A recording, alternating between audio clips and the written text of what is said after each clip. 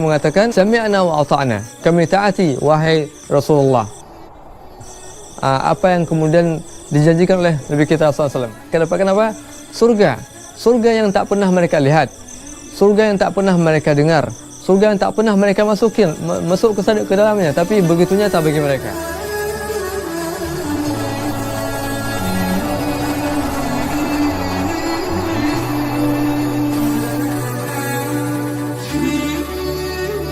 Assalamualaikum warahmatullahi wabarakatuh. Alhamdulillah, hadirin sidang salat Maghrib dan Isya yang Allah rahmati, yang Allah muliakan.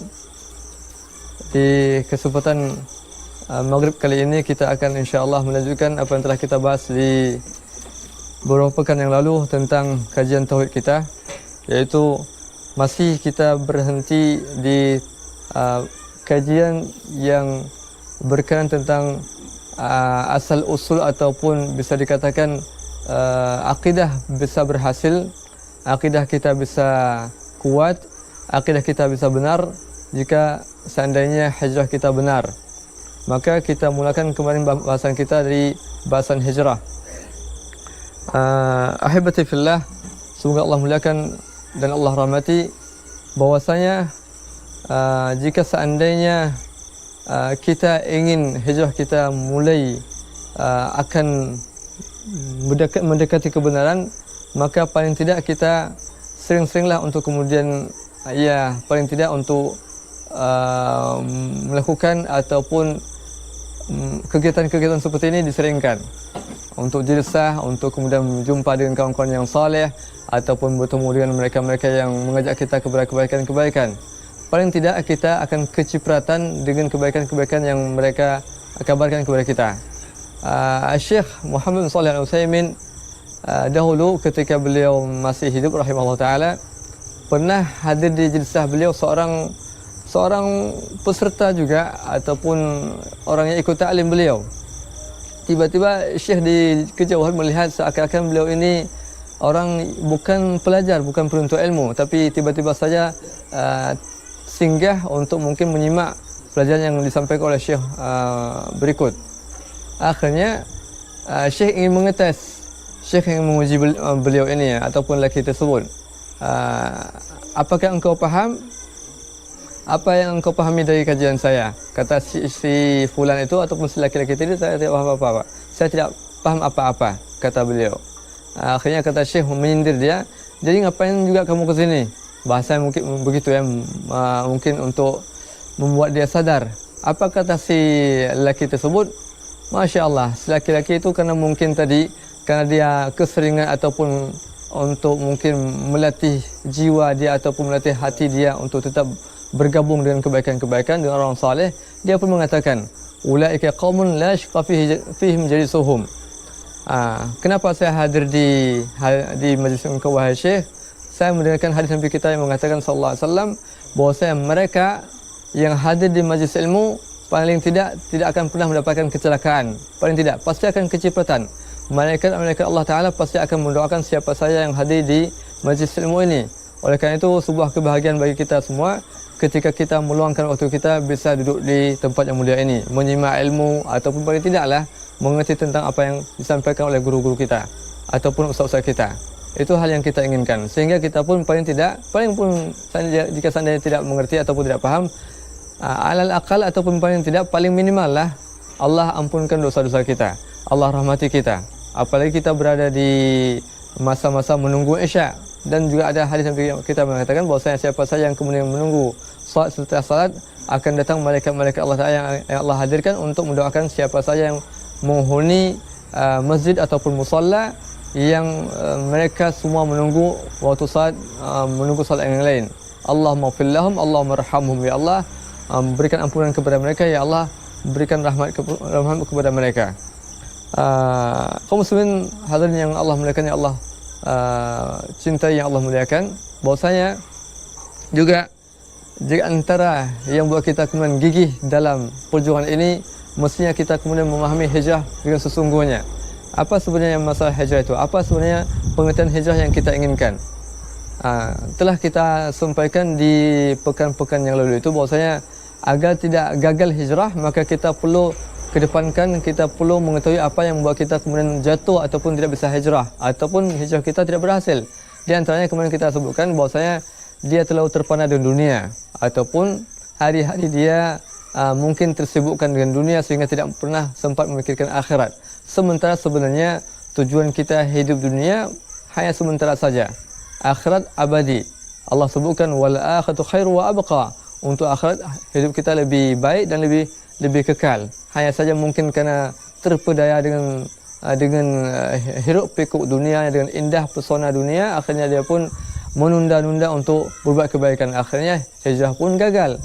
Ujung-ujungnya begitu. Ataupun juga syarat yang lain ataupun hal yang lain yang membuat seorang ataupun mungkin sebagian orang gagal hijrah ketika dia terpengaruh ataupun terkontaminasi dengan gaya ataupun terikut dengan lingkungan sekitar. Alhamdulillah kalau seandainya lingkungan tersebut, lingkungan yang dia singgah itu ataupun lingkungan yang dia tempati lingkungan yang baik. Tapi yang jadi masalahnya ketika dia mendapati satu lingkungan tapi naudzubillah lingkungan dia tidak baik, akhirnya dia pun terbawa kepada hal-hal yang tidak baik. Ini hal-hal yang membuat kita gagal dalam hijrah. Kita akan belajar malam hari ini insya-Allah taala. Semoga kita bisa menempati satu majlis yang mulia untuk kemudian kita belajar bagaimana kemudian kita mengerti inilah hijrah yang sebenarnya. Dan hijrah yang sebenarnya kalau seandainya bisa kita ringkaskan pembahasan kita, jika seandainya hijrah kita benar, maka kita tambahkan lagi dengan akidah yang benar, sama dengannya ataupun hasilnya pasti akan husnul khatimah itu. Mau tak mau, kalau seandainya hijrah kita benar hari ini karena Allah Ta'ala, bukan karena duniawi, bukan karena sifatnya materi, karena Allah kita hijrah, maka insya-Allah imbasnya ataupun hasilnya nanti akan kita mendapatkan yang namanya akidah yang benar. Akidah yang benar dimulai dengan hijrah yang benar dan ujungnya hasilnya adalah husnul khatimah. Jadi ikhwan sekalian, jemaah yang Allah rahmati, yang Allah muliakan, untuk mendapatkan husnul khatimah sebenarnya mudah. Untuk mendapatkan husnul khatimah mudah sebenarnya, yaitu untuk kita lazimi saja tadi kebaikan demi kebaikan. Kebaikan di hijrah kita laksanakan, kebaikan akidah kita sempurnakan, kemudian pasti akan mendapatkan yang namanya husnul khatimah. Tapi sebelum itu mungkin kita akan sedikit menyentil ataupun menggugah semua kita di sini untuk belajar bagaimana kita kemudian memupuk jiwa kita agar memiliki akidah ataupun hijrah yang benar seperti apa. Mungkin untuk memulakan majlis kita, saya dahulukan dengan satu kisah yang sering kali juga disebutkan oleh para ulama untuk juga membuat kita termotivasi ataupun menjadi stimulan lah, pemancing ataupun penyumbang dalam memulai hijrah kita yang insya-Allah makin hari makin sempurna. Kita melihat kepada sejarah para sahabat radhiyallahu anhum ajma'in ketika misalnya saat mereka bernegosiasi bersama Nabi di Baitul Aqabah ataupun di perjanjian Aqabah yang kedua. Ada dua perjanjian Aqabah pertama, perjanjian Aqabah yang kedua. Yang kedua, kita fokusnya di perjanjian Aqabah yang kedua. Apa yang terjadi ketika itu adalah negosiasi yang terakhir, final ketika itu. Mereka dari Ansar, orang Ansar datang ke kota Makkah untuk negosiasi dengan Nabi kita sallallahu alaihi wasallam. Bagaimana kelanjutan dakwah Nabi di kota Madinah. Akhirnya ketika itu yang menjadi pembicaranya ataupun jubir ketika itu adalah pamannya Nabi, Abbas bin Abdul Muttalib. Datang beliau, kata beliau, ini keponakanku Muhammad sallallahu alaihi wasallam. Ketika dia berada bersama kami jaga dia. Kami bela dia. Apa yang kalian buat ketika misalnya Muhammad ini kita berikan kesempatan untuk kalian bawa ke kota Madinah? Itu pertanyaan daripada Abbas, pamannya Nabi kita Muhammad SAW. Akhirnya orang-orang Ansar mengatakan, perwakilan dari mereka mengatakan, kami mau jawaban langsung dari Nabi Muhammad SAW. Apa yang engkau inginkan wahai Nabi? Apa yang engkau inginkan wahai Muhammad SAW kalau seandainya engkau ke Madinah? Apa kata Nabi? Jadi langsung yang tadi Abbas menjadi pembuka pembicaraan, akhirnya kemudian mereka langsung berbicara ataupun menaikkan hal itu kepada Nabi Muhammad SAW. Mereka mengatakan kepada Nabi, wahai Muhammad, apa yang engkau inginkan dari kami kalau seandainya engkau hijrah ataupun datang ke kota kami ataupun tinggal di kota kami? Kata Nabi Muhammad SAW, saya ingin kalian menjaga saya seperti kalian menjaga diri kalian ataupun keluarga kalian, anak-anak kalian, isteri-isteri kalian. Saya ingin kalian bersama saya walaupun itu ketika masa susah ataupun masa sempit ataupun masa senang, selalu senantiasa mau bersama saya. Kemudian yang ketiga, saya mau kalian semua mematuhi saya walaupun itu mungkin memberatkan kalian ataupun di saat-saat kalian senang. Itu yang Nabi inginkan dari mereka. Akhirnya mereka menimpali Nabi SAW yang mengatakan, wahai Nabi, wahai Muhammad, kalau seandainya kami mentaati engkau dari apa yang engkau sampaikan kepada kami, apa yang kami dapatkan? Jadi tadi Nabi inginkan 3 perkara. Nabi ingin dijaga oleh mereka seperti mereka menjaga anak keturunan mereka.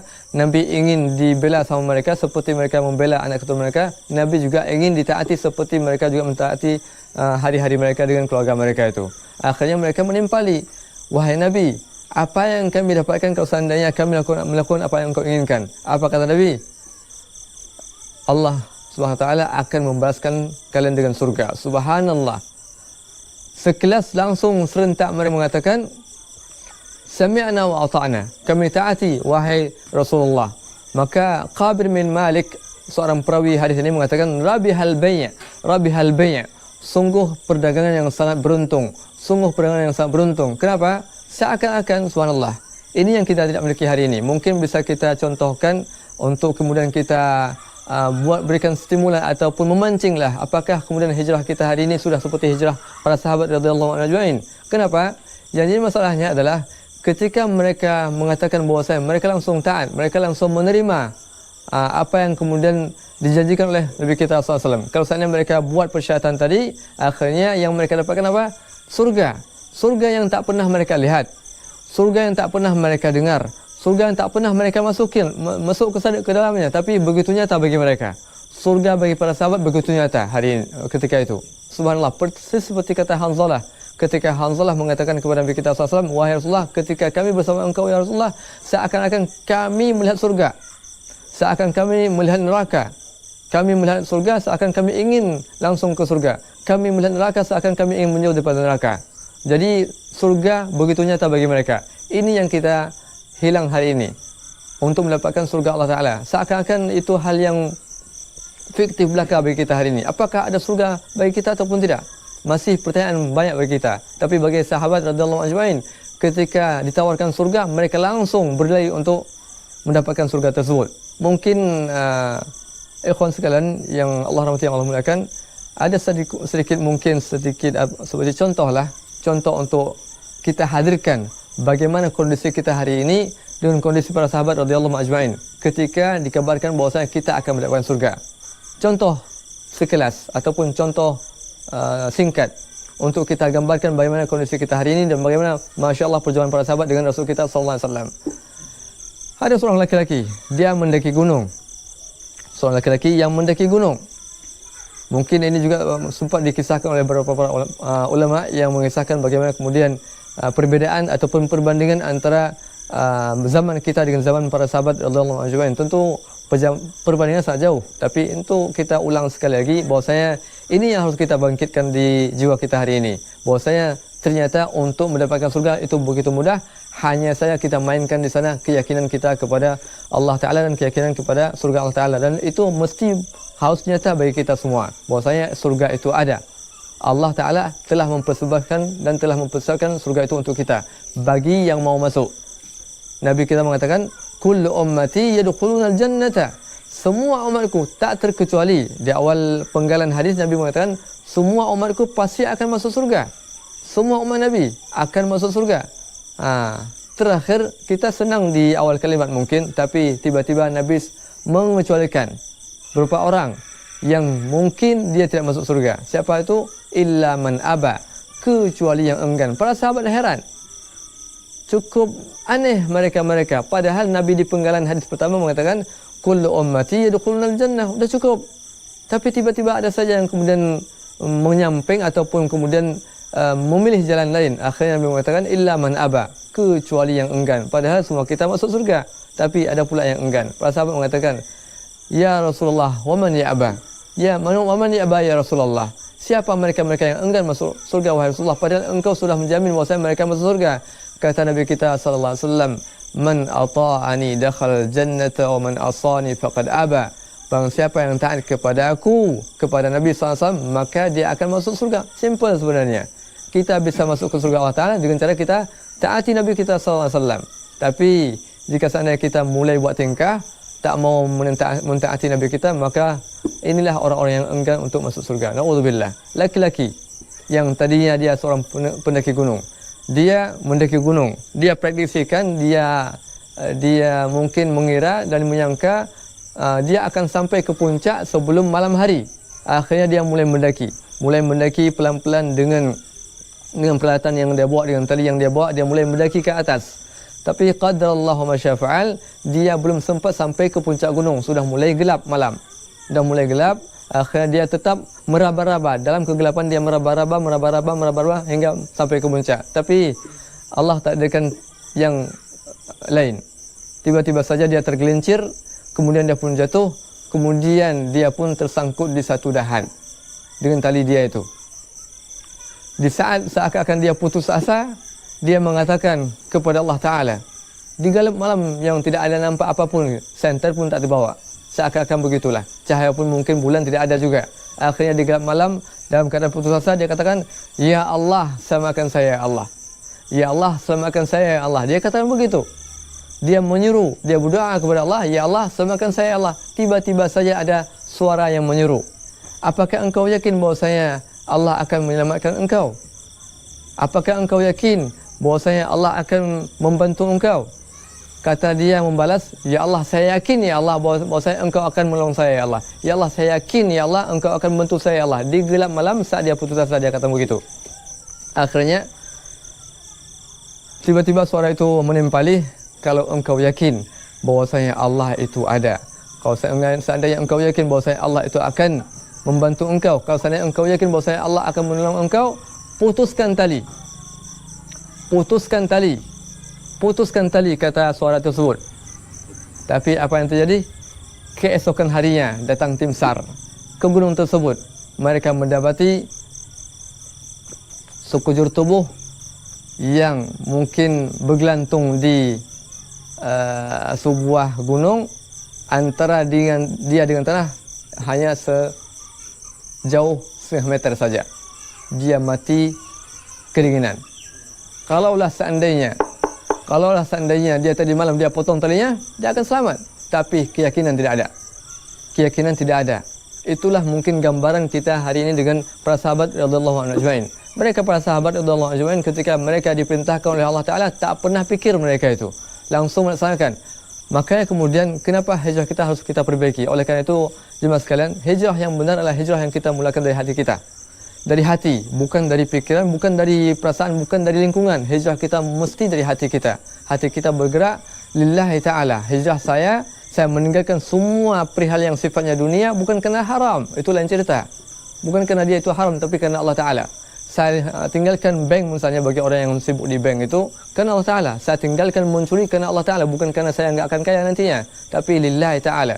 Ketika dia tancapkan iman di hati bahwasanya dia akan hijrah lillahi ta'ala, mungkin akan ada yang dia pertaruhkan, akan mesti ada di sana hal yang dia perjuangkan, pengorbanan mesti itu. Dia akan mungkin diperangi ataupun kemudian mendapatkan cobaan-cobaan, itu hal yang lumrah ketika dia berhijrah. Seperti yang Allah gambarkan dalam surat Ali Imran misalnya, Allah sebutkan di akhir surat Ali Imran, "Falladzina hajaru wa ukhriju min diyarihim wa udu fi sabili wa qatalu wa qutilu." Itu gambaran bagi orang berhijrah. Pasti dia akan diganggu, akan dibuli, segala macamnya itu akan dia dapatkan. Itu rintangan bagi orang berhijrah. Tapi jika seandainya dia berhasil, maka Allah Ta'ala surga yang kita dapatkan. Maka ikhlas sekalian yang Allah rahmati, yang Allah muliakan, jika seandainya kita berhijrah lillahi ta'ala, tidak ada ekspektasi dunia di sini, ada pun harapan-harapan dunia di situ, maka insyaAllah kita akan tenang. Kita enggak akan pernah jatuh, kita akan bertahan. Ketika kita hijrah, jujur dan ikhlas lillahi ta'ala, bukan karena hal-hal yang lain. Maka bisa dikatakan untuk ringkasan sementara, untuk hijrah agar kita bisa bertahan adalah dengan cara kita ikhlaskan hati, jujurkan dari hati bahwasanya kita hijrah, melangkahkan kaki kita ke depan, meninggalkan semua hal-hal sifatnya melalaikan dari dunia ini lillahi ta'ala.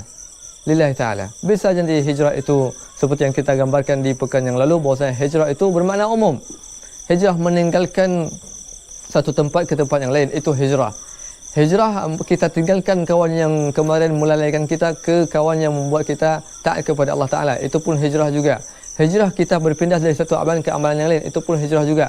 Hijrah dari kelalaian di tempat sesuatu ataupun hijrah kelalaian dari satu pekerjaan, kita hijrah ke pekerjaan ataupun aktivitas yang lain yang membuat kita tidak lalai lagi, itu pun hijrah juga. Banyak macam makna hijrah itu. Intinya hijrah tersebut seperti yang Nabi katakan, al-muhajir man hajra ma nahallahu anhu. Orang muhajir yang hakikatnya dia adalah orang yang meninggalkan apapun yang Allah larang, kita tinggalkan. Mesti ada ujian, hal yang pasti itu. Tapi kalau seandainya kita gigih tadi, jujur dari hati yang dalam, dari hati yang benar, yang betul-betul suci kerana Allah Ta'ala, maka jika seandainya pun kita jatuh bangun, kita pun tak peduli. Asalkan Allah ridha, asalkan Allah sayang sama kita, asalkan Allah berikan rahmat kepada kita. Oleh kerana itu, berhaklah Allah kemudian gabungkan semua itu dalam surah Al-Baqarah yang pernah kita sebutkan, ketika Allah gambarkan bagaimana keberhasilan orang-orang berhijrah, yaitu ketika mereka jadikan ekspektasi mereka adalah rahmat Allah, yang akan pernah galau. Kalau seandainya mungkin mereka dibuli itu, ataupun ketika mereka mungkin dicaci, yang akan pernah mereka mundur. Kenapa? Yang menjadi tolak ukur mereka adalah rahmat ya Allah Subhanahu wa ta'ala. Innal ladina amanu wal ladina hajaru wa jahadu fi sabilillah ulaika yarjuna rahmatullah. Rahmat Allah yang mereka inginkan. Jadi yang kita bawa di setiap kehidupan kita adalah rahmat Allah, rahmat Allah, rahmat Allah. Tak mesti kita mungkin nanti jadi orang yang dikenal oleh dunia, itu bukan jadi harapan kita. Dan bukan harapan kita untuk kemudian diangkat oleh manusia. Yang kita inginkan ketika kita hijrah adalah ridha Allah saja, rahmat Allah saja. Oleh kerana itu, kalau seandainya ini menjadi harapan kita, dimanapun posisi kita, kita akan ridha. Asalkan Allah sayang sama kita, asalkan Allah berikan rahmat. Seperti yang Nabi kita sebutkan dalam sebuah hadis, in kana fi siqayah kana fi siqayah, in kana fil hirasah kana fil hirasah. Kalau seandainya dia mungkin dikasih jabatan ataupun dikasih tempat di tempat orang yang memberi minum, dia pun akan rela untuk memberi minum. Kalau seandainya dia ditempatkan di tempat orang yang menjaga perbatasan, dia pun rela juga. Dimanapun ditempatkan dia rela, asalkan Allah Ta'ala meridai dia. Nah, ini yang harus kita yakini, yang harus kita mungkin targetkan di awal hijrah kita, bahwasanya hendaklah kita berhijrah hanya untuk Allah Ta'ala saja, bukan untuk hal-hal yang lain. Mungkin untuk tambahannya, Nabi juga mengatakan bahwasanya jika seandainya kita sudah berbuat seperti ini, maka Allah Subhanahu Wa Taala akan pelan-pelan menunjukkan keajaiban kepada kita. Anas Malik dalam surah At-Tirmidzi dari Anas Malik mengatakan, Rasul kita SAW mengatakan, man kanatil akhiratu hammah, siapa yang kemudian obsesi dia ketika dia melakukan suatu hal adalah akhirat, maka apa pahalanya, apa ganjarannya? Ja'alallahu ghinahu fi qalbi, ja'alallahu ghinahu fi qalbi, Allah akan menjadikan kaya di hatinya. Jadi tak pernah dia merasakan fakir lagi. Di hati yang lain, Nabi SAW mengatakan, tafarraq li ibadati ya bani Adam, tafarraq li ibadati amla sadraka ghina. Kata Nabi kita SAW dalam hadis qudsi, dan kata Allah Azza wa Jalla dalam hadis qudsi, wahai anak Adam, wahai anak Adam, tafarraq li ibadati, luangkan waktu kita untuk beribadah, luangkan waktu kita untuk ke akhirat. Sekali-kali janganlah fikir untuk dunia selalu. Sekali-kali luangkan masa kita untuk berfikir untuk akhirat. Bolehlah kerja untuk dunia, tak masalah, tapi niatkan untuk akhirat. Ini pandai-pandai kita menjaga hati. Pandai-pandai kita menjaga hati. Saya seperti misalnya saya, orang yang sibuk di kantor, mesti kerjaan saya itu lillahi ta'ala. Mesti harus saya niatkan begitu. Kalau niat saya di akhir bulan saya dapat uang saja, sia-sia. Hanya mendapatkan kenikmatan dunia saja. Tapi bayangkan kalau seandainya kita niatkan itu lillahi ta'ala, saya mengajarkan mereka, saya duduk di kantor lillahi ta'ala untuk mendapatkan keridhaan Allah Ta'ala, maka insyaAllah itu akan berubah pahala itu semua. Kawan-kawan yang lain begitu juga, yang kerja di lapangan begitu juga. Hadirkan akhirat ketika kita bekerja, jangan dunia tok saja. Untuk dunia akan dapat itu. Kata Nabi kita, kata Allah Azza wa Jalla dalam hadits qudsi, tafarrag li ibadati amla sadraka ghina. Aku akan penuhkan hati kalian dengan kekayaan. Wa asuddu faqrak, dan akan saya tutup celah kefakiran untuk kalian. Jadi kefakiran Allah akan tutup ketika kita hadirkan akhirat. Kefakiran akan Allah tutup ketika kita hadirkan Allah Ta'ala. Kemudian Nabi kita menyebutkan dalam hadis tadi, wa jama'allahu lahu syamlah. Ada urusan-urusan yang begitu banyak di kehidupan kita hari ini. Ada masalah satu, masalah kedua, masalah ketiga, semua Allah selesaikan kalau seandainya kita mengejar akhirat. Dan terakhir Nabi kita mengatakan, wa atathu dunya wa hiya raghimah. Dan Allah akan datangkan dunia itu ngekor ke dia, bahasanya gitu ya, ataupun ikut dia ketika kita jadikan akhirat sebagai ambisi kita, akhirat sebagai orientasi kita ataupun akhirat sebagai obsesi kita. Itu Allah akan jadikan dunia ikut kita. Sebaliknya, kalau seandainya yang menjadi pikiran kita sehari-hari dunia, maka apa yang Allah akan buat untuk kita? Man kanat dunya hammah ja'alallahu al-faqr baina 'ainayhi. Kalau seandainya dunia yang kita inginkan setiap hari, maka Allah akan letakkan di pelepuk mata kita ini miskin setiap hari. Cari uang lagi. Yang terbenak di hati, uang, kapan saya dapat uang, bagaimana cara saya dapatkan uang. Itu saja yang terfikir di benaknya dia. Kemudian yang kedua, wa shattatallahu lahu amrah. Allah akan hancurkan atau Allah akan obrak-abrikkan masalah dia itu. Enggak pernah selesai. Selesai satu masalah, datang masalah yang kedua. Enggak pernah selesai dengan sempurna. Dan yang terakhir, walam ta'tihi minad dunya illa ma qudira lahu aw ma kutiba lahu. Dan datang dunia hanya secuil saja. Berbeda kalau seandainya kita jadikan obsesi kita tadi hanya untuk mengejar akhirat. Jadi ikhwan sekalian dan hadirin yang Allah muliakan, untuk hijrah kita maka kita perlu menuntaskan bagaimana kita cara menertibkan ataupun menata hati kita. Dan tata hati kita dengan jujur, tata hati kita dengan benar untuk kemudian kita berhijrah lillahi ta'ala. Ketika sudah seperti itu, maka semua hal-hal yang sifatnya berat akan terasa mudah. Kenapa? Allah yang mudahkan. Kita yakin ketika kita berhijrah lillahi ta'ala, kita akan seperti Nabi Ismail yang rela untuk disembelih oleh ayahnya. Ketika ayahnya mengatakan, ya bunayya, apa kata Ibrahim AS dalam ayat Al-Quran, inni ara fil manam anni adbahuka, begitu? Anni adbahuka. Ya abati fa'al ma tu'mar, kata Nabi Ismail, ya abati fa'al ma tu'mar, wahai abati, wahai ayahku, laksanakan apa yang diperintahkan kepadamu. Subhanallah, kita tak pernah berpikir lagi untuk mungkin melaksanakan hal-hal yang diperintahkan oleh Allah Ta'ala. Mungkin kalau seandainya hijrah kita benar, kita tidak akan pernah mengatakan seperti perkataan Banu Israel. Ketika Banu Israel diperintahkan oleh Nabi Musa untuk masuk ke Al-Ardhul Muqaddasah, apa kata mereka?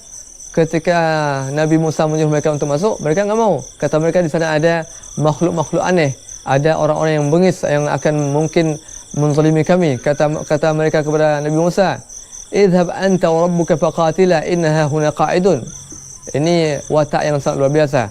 Padahal Nabi Musa ingin menawarkan kepada mereka kebaikan-kebaikan, tapi apa kata mereka kepada Nabi Musa? Pergi kamu sama Tuhanmu. Pergi engkau dengan Tuhanmu. Kami duduk di sini aja.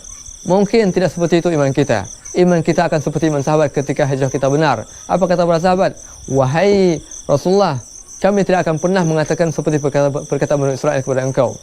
Pergilah engkau dan kami akan ikut. Itulah perkataan para sahabat ketika hijrah mereka sudah benar. Jadi ketika hijrah kita sudah benar, insyaAllah ta'ala jemaah sekalian, maka kemudahan Allah akan nampakkan. Bahkan hal yang mungkin bagi sebagian orang itu susah untuk mereka lakukan, bagi kita yang hijrah benar insyaAllah akan mudah untuk kita laksanakan. Pertanyaan terakhir sebelum kita tutup, sampai kapan kita hijrah? Pertanyaan terakhir, sampai kapan kita hijrah? Itu pertanyaan untuk saya dan kepada jemaah sekalian. Sampai kapan kita hijrah? Setelah tadi kita hijrah dengan benar, jujur dari hati yang paling dalam, dari sanubari yang paling murni, jernih, setelah kita ketahui bagaimana sifat hijrah yang kita inginkan, dan inilah yang harus kita kekarkan, yang harus kita wujudkan. Pertanyaan terakhir, sampai kapan kita hijrah? Mungkin tak ada jawaban lebih. Kita hijrah itu sampai akhir hayat. Ya, seperti yang mungkin Allah sampaikan kepada Nabi kita di surah Al-Hijr itu, wa'bud rabbaka hatta ya'tiyakal yaqin. Dan hijrah itu bagian daripada ibadah. Hijrah itu juga bagian daripada ibadah. sembahlah Allah, hijrahlah kepada Allah Ta'ala sampai akhir hayat. Jadi tidak pernah mengenal yang namanya hijrah itu ada masa untuk hijrah, ada nanti istirahat untuk hijrah, tidak ada. Ya, kalau bisa dikatakan hijrah itu sepanjang hayat.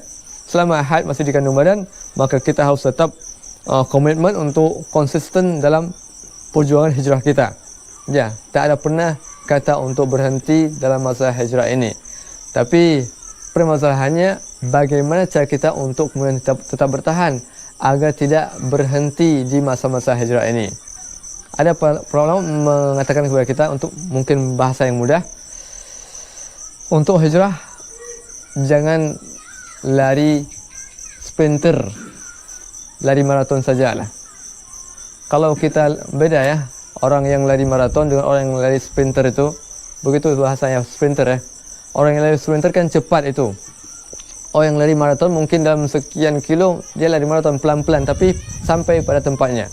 Orang yang lari maraton pasti akan bertahan lama.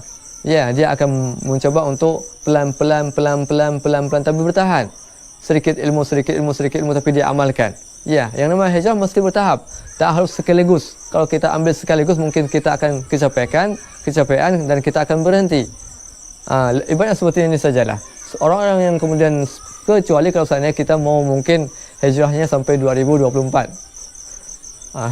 Kalau mungkin hijrah kita mau sampai 2024, kita tahu umur kita mungkin wallahu alam, silakanlah sprinter, tapi itu tidak baik. Kita akan cepat kecapean ataupun akan cepat kewalahan dan akan tumbang. Ya, akan cepat tumbang. Ketika kita ambil banyak hal segalanya tanpa kita pisah-pisahkan, mungkin kita akan cepat tumbang. Nabi kita pernah mengatakan innad dina yusrun, agama itu mudah. Walan yushaddad din illa ghalabahu, dan tidak akan pernah kemudian jika seandainya ada seorang yang mungkin dia ambil agama ini secara mungkin overdosis, bisa dikatakan begitu. Sebenarnya agama ini mudah, tapi ada sebagian orang yang mungkin mengambil agama ini dengan cara overdosis, maka dia akan tumbang secepat mungkin. Tapi pelan-pelan sampai tingkat saja, Bapak sekalian, untuk tingkat misalnya saja syariat kita ataupun seorang dai yang berdakwah itu bertahap juga itu. Tak boleh kita kemudian berhijrah sekaligus. Tak bisa kita hijrah sekaligus. Ketika misalnya dalam masalah hijrah, kita umpamakanlah dakwah begitu juga, kebaikan begitu juga, bahkan syariat Islam pun begitu juga. Semua pelan-pelan. Dengan pelan-pelan insya-Allah bisa kita terima dan bahkan kita lebih mampu untuk bisa istiqamah. Misalnya saja ketika bagi mereka yang ingin berdakwah, Nabi kita mensunnahkan ataupun menganjurkan bagi mereka yang ingin berdakwah, berdakwah dengan yang paling penting terlebih dahulu. Jangan dimulakan dengan yang hal yang sifatnya khilaf, pasti masyarakat tidak akan pernah menerima. Maka kemudian Nabi pernah mengatakan kepada Mu'adz misalnya, ketika Mu'adz mau ke Yaman, hendaklah engkau wahai Mu'adz ketika engkau sampai ke ahli kitab, dakwahkan kepada mereka tauhid. Ketika tauhid mereka sudah benar dan mereka faham, sampaikan kepada mereka bahwasanya Allah Ta'ala mewajibkan kepada mereka salat. Ketika mereka sudah mau salat, kabarkan kepada mereka bahwasanya Allah wajibkan kepada kalian zakat. Itu dalam segi dakwah. Dalam segi syariat begitu juga. Seperti misalnya dalam segi pengharaman khamar, itu juga bertahap semuanya itu. Bahkan untuk kita laksanakan kebaikan-kebaikan pun bertahap juga. Tak mungkin kita bisa meraup semua kebaikan-kebaikan. Itu semua bertahap dan pelan-pelan. Dan insya-Allah Ta'ala Allah akan mudahkan. Misalnya saja, Nabi pernah mengatakan, afdhal a'mal ilallah adalah as-salatu li waqtiha. Amalan yang paling afdal, amalan yang paling Allah cintai adalah salat tepat waktu. Abdullah bin Mas'ud dalam hiwar beliau dengan Rasul kita SAW, summa ayya Rasulullah, Nabi kita mengatakan tadi bahwasanya salat amalan yang paling afdal, amalan yang paling Allah cintai adalah salat tepat pada waktu. Kemudian sahabat Abdullah bin Mas'ud mengatakan kepada Rasul kita SAW, wahai Rasulullah, apalagi setelahnya?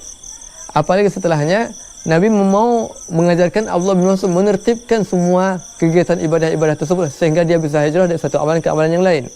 Kemudian Nabi mengatakan birrul walidain, kemudian berbakti kepada orang tuamu. Thumma ayya Rasulullah, kemudian apalagi wahai Rasulullah, al-jihadu fi sabilillah, jihad fi sabilillah. Seakan-akan Nabi mengajarkan kepada Abdullah bin Mas'ud bahwasanya ada tahapan-tahapan untuk bisa ibadah yang dari yang paling rendah ke yang paling agung. Itu dia. Para ulama ketika menjelaskan hadis ini, mungkin kita akan akhirkan sedikit azan nanti. Para ulama menjelaskan di hadis ini bahwasanya seorang insan siapapun dia tak akan pernah bisa langsung ke puncak ibadah kecuali setelah melewati semua tahapan-tahapan ibadah. Orang yang betul-betul setelah melaksanakan satu ibadah yang telah Rasul kita wajibkan, pastinya dia akan mudah untuk melaksanakan perihal yang setelahnya. Maka enggak mungkin orang yang baru masuk Islam langsung berjihad fisabilillah, tak akan mungkin seperti itu. Ada tahapan-tahapan yang harus dilalui oleh dia. Maka orang yang Nabi mengatakan yang paling afdal di sisi Allah Taala adalah tadi salat pada tempat waktunya. Orang yang salat pada tempat waktunya pasti dengan mudahnya dia bisa birrul walidain. Seakan-akan begitu. Para ulama menetapkan begitu. Orang yang Masya Allah sudah konsisten dia bisa melaksanakan solat tepat pada waktu, maka dia bisa dipastikan dia akan bisa berbakti kepada orang tuanya. Yang kedua. Yang ketiga, orang yang sudah berbakti kepada orang tuanya, maka bisa dipastikan dia bisa ikut jihad fisabilillah.